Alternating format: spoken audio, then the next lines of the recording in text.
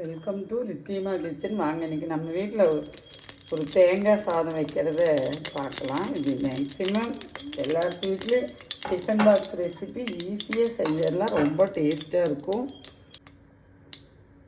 எண்ணெய் காஞ்சிருச்சு. ஒரு பிரியாணி எல்லாம் போட்டுட்டேன். இவ்வளோ பெரிய பட்டை, சின்ன கல்பாசி, 4 ஏலக்காய், ஒரு 5 கிராம்பு, 2 ஸ்டாரு. நான் எடுத்துருக்கிறதெல்லாம் எங்கள் வீட்டு அளவுக்கு எடுத்திருக்கேன். ஒரு பெரிய வெங்காயம் கட் பண்ணியிருக்கேன். நான் எடுத்துருக்கிறதெல்லாம் 2 டம்ளர் அரிசிக்குங்க. ஒரு 5 பச்சை மிளகா போட்டுக்கிறேன்.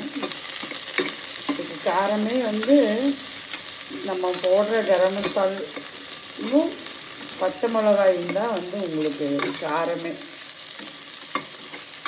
எல்லாருக்குமே ரொம்ப பிடிச்ச ஒரு வெரைட்டி ரைஸு. இவ்வளவு புதினா போட்டுக்கிறேன். ஒரு இவ்வளவு மல்லித்தலையும் போட்டுக்கிறேன்.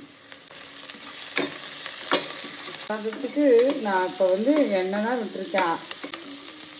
நெய் கூட விடுறவங்க விடலாம். தேங்காய் பால் எடுத்து ஊற்றுறதுனால நிறைய பேர் நெய் யூஸ் பண்ண மாட்டாங்க. குழந்தைகளுக்கு தான் யூஸ் பண்ணுவாங்க. அதெல்லாம் உங்கள் விருப்பம் போல் எண்ணெயெல்லாம் விட்டுக்குங்க.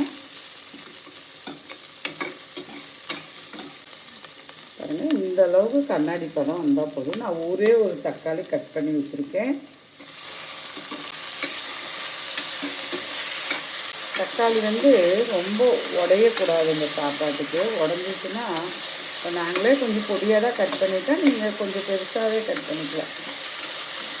தக்காளி உடஞ்சிச்சுன்னா அந்த டேஸ்ட்டு சாதத்தில் மாறிடும். பாருங்கள், நான் இவ்வளோ இஞ்சி பூண்டு பேஸ்ட் போட்டுக்கிறேன்.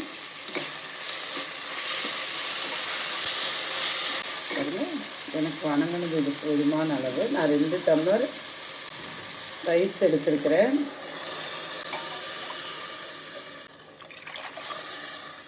பச்சை தேங்காயை எடுத்துக்குங்க. நான் ஜீரக சம்பா ரைஸ் தான் எடுத்திருக்கேன்.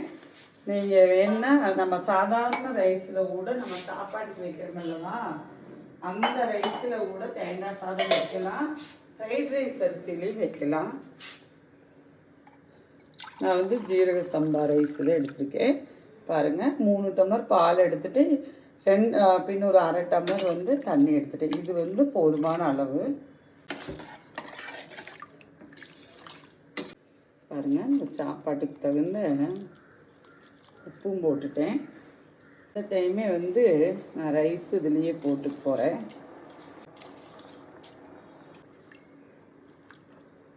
நம்ம ஸ்பைசஸ் எல்லாம் ஆல்ரெடி போட்டிருக்கிறோம். நம்ம வேணும்னு இப்போ கொஞ்சம் பிரியாணி மசாலா போட்டுக்கலாம். வேண்டாதவங்க விட்டுறலாம், ஸ்கிப் பண்ணிக்கோங்க. நான் ஒரு சிட்டிகை என் கையில் ஒரு பிஞ்சு இந்த அளவு போட்டு போகிறேன். எங்களுக்கு பிடிக்கும், அதனால நான் யூஸ் பண்ணிக்கிட்டேன். வேண்டாதவங்க அதை ஸ்கிப் பண்ணிக்கோங்க. சீக்கிரமாக வச்சிடலாங்க. தேங்காய் மாத்திரம் பால் புழிஞ்சு வச்சுன்னா, அதே போல் பால் உங்களுக்கு 1 டம்ளர் பாலாக இருந்தாலும் இதுக்கு போதும். உங்கள் வீட்டுக்கு எப்படி தேவையோ அது மாதிரி தேங்காய் பால் எடுத்து வச்சுக்கோங்க. நான் 3 டம்ளர் விட்டுருக்கேன். 1/2 டம்ளர் தான் தண்ணி விட்டுருக்குறேன். ஒரு பெரிய மூடி தேங்காயில் அந்த ஒரு மூடி தேங்காய் எடுத்து அதில் ஒரே பாலாக எடுத்து வச்சுருக்கேன். வேகட்டும், அரிசி வேகட்டும்.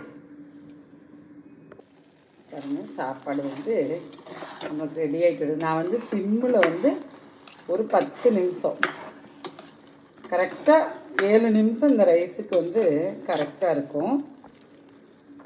இந்த டைம் நீங்கள் நெய் தேவையுள்ளவங்க நெய் ஊற்றிக்கலாம். நான் நெய் ஊற்ற போகிறது கிடையாது. வேணுங்கிறவங்க ஒரு ஸ்பூன் ஊற்றிக்கிங்க. நான் சிம்மிலேயே கரெக்டாக 6 நிமிஷம் நான் வச்சுட்டு பார்க்கலாம். நமக்கு 5 நிமிஷம் ஆயிடுச்சு. நம்ம விசில் விடல. இதில் நமக்கு தேங்காய் சாதம் ரெடி ஆயிடுச்சு.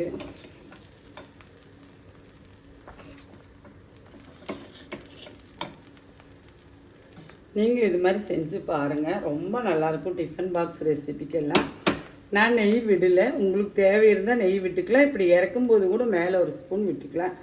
நான் தேங்காய் பாலே நிறைய யூஸ் பண்ணியிருக்கிறதுனால நெய் விடலை. உங்களுக்கு பிடிச்சா நீங்கள் விட்டுக்குங்க. வாங்க, நம்ம வீட்டில் சோயாபீன் கறியோட இந்த தேங்காய் பால் சாப்பிட்லாம். நன்றி, வணக்கம்.